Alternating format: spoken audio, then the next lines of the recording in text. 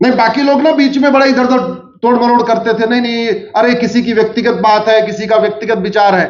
सबसे अच्छी बात है कि भारत की वो संस्था जो भारत में सबसे ज्यादा मदरसा चलाती है, उस संस्था ने ओपनली कहा है कि गजवा हिंद जायज है। और गजवा हिंद आज से नहीं हो रहा है। आप लोग गूगल करिएगा डेमोग्राफी ऑफ इंडिया,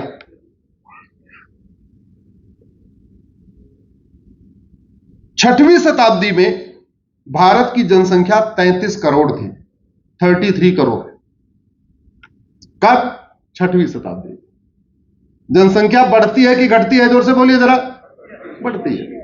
तो 7वीं शताब्दी में भारत की जनसंख्या 40 करोड़ हो गई, यानी कितनी बढ़ गई? 7 करोड़। देखिए भाई, चुप नहीं रहना है, लगातार बोलते जाना है। छठवीं शताब्दी में 33 करोड़ थी, 7वीं शताब्दी में 40 करोड़, यानी 7 करोड़ बढ़ गई। इसके हिसाब से 8वीं शताब्दी में कितना होना चाहिए था? 48 करोड़ या 47 करोड़, 7-8 करोड़ बढ़ना चाहिए था। लेकिन गजवा हिंद हुआ, इसलिए 8वीं शताब्दी में भारत की जनसंख्या 1 करोड़ कम हो गई। जो 7वीं शताब्दी में 40 करोड़ थी, वो 8वीं शताब्दी में 39 करोड़ हो गई। इसका मतलब भारत बटा, भारत कटा। 9वीं शताब्दी में भारत की जनसंख्या 38 करोड़ हो गई, 1 करोड़ और कम हो गई। इसका मतलब भारत बटा, भारत घटा। 10वीं शताब्दी में भारत की जनसंख्या 2 करोड़ कम हो गई। पहले 38 करोड़ थी 9वीं में, 10वीं में हो गई 36 करोड़। और यह 10वीं शताब्दी है जब महमूद गजनी आता है। तो महमूद गजनी के आने के बाद कितना घटा?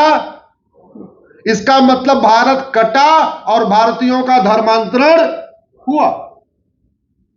11वीं शताब्दी में 3 करोड़ कम हो गए, 36 करोड़ से 33 करोड़ आ गए, यानी भारत बटा, भारत घटा, धर्मांतरण हुआ।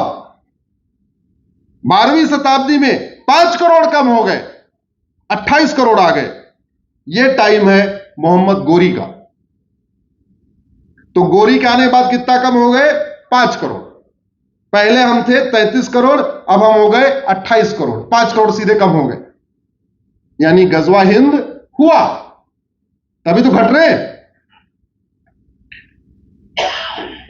14वीं शताब्दी में फिर से 5 करोड़ कम हो गए, आ गए 18 करोड़। 15वीं शताब्दी में बाबर आता है, फिर 5 करोड़ कम हुए, हो गए 13 करोड़। 16वीं शताब्दी में बाबर के बाद स्टेबल होता है और फिर थोड़ा थोड़ा बढ़ता है। 16वीं शताब्दी में भी 14 करोड़ था, 17वीं शताब्दी में भी 14 करोड़ था। अंग्रेज जब आए हैं, ईस्ट इंडिया कंपनी, उसके बाद फिर से हिंदुओं की जनसंख्या बढ़ना शुरू हुई है, यानी बटना रुका है, घटना रुका है, धर्मांतरण रुका है, और फिर हम 20 करोड़ हुए हैं। अब आप सोचिए, 16वीं शताब्दी में हमारी जनसंख्या 14 करोड़ थी और ईसा से 200 साल पहले भी हमारी जनसंख्या 14 करोड़ थी। जब मौर्य साम्राज्य था, जब चंद्रगुप्त मौर्य जब भारत के राजा थे, उस समय हमारी जनसंख्या 14 करोड़ थी। 16वीं शताब्दी में बाबर के बाद भी हमारी जनसंख्या 14 ही करोड़ थी। इसका मतलब 1800 साल तक भारत की जनसंख्या वहीं स्टेबल रही। स्टेबल रहने का मतलब भारत बढ़ता रहा, भारत घटता रहा, धर्मांतरण होता रहा। चलो, ये तो मुगल काल में हुआ। क्या अंग्रेजी काल में धर्मांतरण रुका? क्या? जोर से बोलिए। नहीं। चलो, वो भी निकल गया, देश आजाद हो गया, भारत में संविधान लागू हो गया। क्या उसके बाद धर्मांतरण रुका? क्या? नहीं। तो मुगल काल में भी धर्मांतरण, ब्रिटिश काल में भी धर्मांतरण, और आजाद भारत में भी धर्मांतरण। इसका मतलब डॉक्टर तो बदलते रहे, शासक तो बदलते रहे, लेकिन दवाई नहीं बदली। और भाई 1950 में भी धर्मांतरण हो रहा है, 1960 में भी धर्मांतरण हो रहा है, 1970 में भी धर्मांतरण हो रहा है, 80 में भी धर्मांतरण हो रहा है, 90 में भी धर्मांतरण हो रहा है, 2000 में भी धर्मांतरण, 2010 में भी धर्मांतरण, 2020 में भी धर्मांतरण, और आज रुक गया क्या? जोर से बोलिए जरा। तो यानी 2024 में भी धर्मांतरण। इसका मतलब डॉक्टर तो बदल रहे हैं, दवा नहीं बदल रही है। दवा नहीं बदलने से बीमारी नहीं बदलती है। याद रखिएगा, बीमारी डॉक्टर ठीक नहीं करता, बीमारी दवाई ठीक करती। डॉक्टर आपके अंदर नहीं जाता, आपके अंदर क्या जाता है? दवा जाती है, इंजेक्शन जाता है, वैक्सीन जाती है। तो वैक्सीन का अच्छा होना जरूरी है, दवा का अच्छा होना जरूरी है, इंजेक्शन का अच्छा होना जरूरी है, डॉक्टर भी अच्छा होना चाहिए। केवल डॉक्टर के अच्छे होने से बीमारी ठीक नहीं हो सकती। जैसे मैंने कहा, हमारे गनर के अच्छे होने से मेरी सुरक्षा नहीं हो सकती जब तक उसकी गन अच्छी ना हो। तो मेरा आप लोगों से निवेदन है कि गजवा हिंद की गहराई को समझिए। और जहां तक गजवा हिंद, अरे गजवा हिंद था तभी तो दुर्योधन का ननिहाल गंधार, भाई उस समय गंधार भी तो हिंद था कि नहीं था? जहां से माता गांधारी आई वो भी तो हिंदुस्तान था ना, भारत था। तो गजवा गंधार हुआ तो गंधार अफगानिस्तान बन गया। एक देश था काबुल, जहां कुंभकर्ण का राज कुछ दिन तक था। गजवा काबुल हुआ, अफगानिस्तान हो गया। गजवा पर्शिया हुआ, जहां 100% पारसी रहते थे। गजवा पर्सिया हुआ तो ईरान बन गया। गजवा कंबोज हुआ, वो बदख्शा बन गया। राजा भरत का ननिहाल जहां से माता कैकेयी आई थी, गजवा कैकेय हुआ तो वो पाकिस्तान हो गया।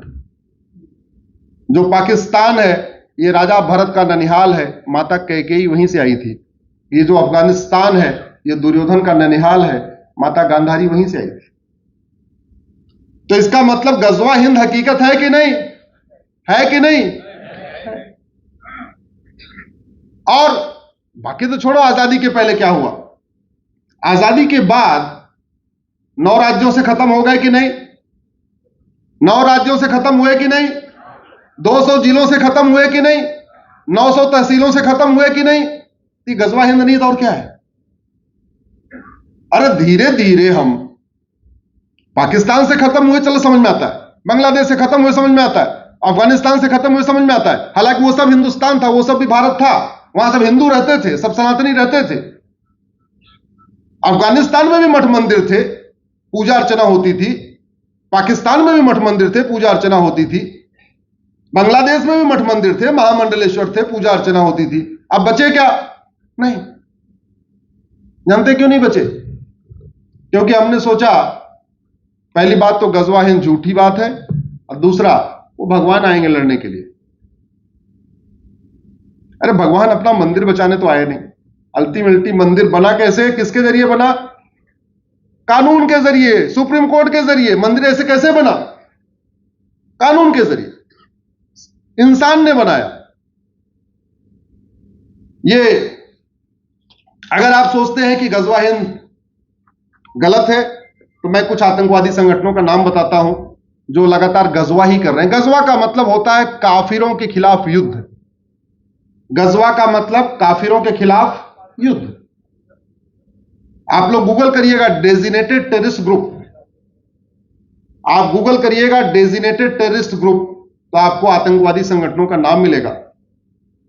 अब्दुल आजम ब्रिगेड, अब्दुल्ला आजम ब्रिगेड, ये अपने आजम खान नहीं, ये भारत के बाहर का है। अब्दुल्ला आजम ब्रिगेड, वो भी गजवा कर रहा है। जो नॉन बिलीवर्स हैं, जो काफिर हैं, उनको मार रहा है। अबू सयाफ, अल हरमैन, अल इत्तिहाद, अल नुसरा, अल कैदा, Ansar al Sharia, Ansar al Islam, Ansar Dine, Boko Haram, Haqqani network, हरकतुल Ansar, जिहाद यूनियन, जैसे मोहम्मद, जमातुल अहरार, जुंद अल अक्सा, जुंद खलीफा, लश्कर तैयबा, लश्कर जांगवी, ये किसको मार रहे हैं? किसको मारते हैं? जोर से बोलिए जरा। काफिरों को। तो ये गजवा हिंदी तो कर रहे हैं, और कर क्या रहे हैं? क्या कर रहे हैं ये? स्वाभाविक सी बात है, जहां पे है उस देश के काफिरों को मार रहे हैं। और ये भारत में भी हो रहा है। आपके 33 जिले हैं। मैं रास्ते में ट्रेन में थोड़ा रिसर्च कर रहा था गुजरात के बारे में। कुल 33 जिले हैं। आपके खेड़ा में पत्थरबाजी हुई, वडोदरा में पत्थरबाजी हुई, नर्मदा में पत्थरबाजी हुई, भरूच में पत्थरबाजी हुई, मोरबी में पत्थरबाजी हुई, गांधीधाम में पत्थरबाजी हुई, कर्णावती में पत्थरबाजी हुई, भावनगर में पत्थरबाजी हुई, राजकोट में पत्थरबाजी हुई, द्वारका में पत्थरबाजी हुई, जूनागढ़ में पत्थरबाजी हुई, महसाना में पत्थरबाजी हुई, पाटन में पत्थरबाजी हुई, सूरत में पत्थरबाजी हुई, तापी में पत्थरबाजी हुई, आनंद में पत्थरबाजी हुई, दाहोद में पत्थरबाजी हुई। ये 17 जिलों का मुझे मिल गया गूगल पे। अब आपके वलसाड़ में हुआ हो मुझे नहीं पता, लेकिन 17 जिलों का मुझे मिला है, 17 जिलों में पत्थरबाजी हुई है। और पिछले 5 साल में, पिछले 5 साल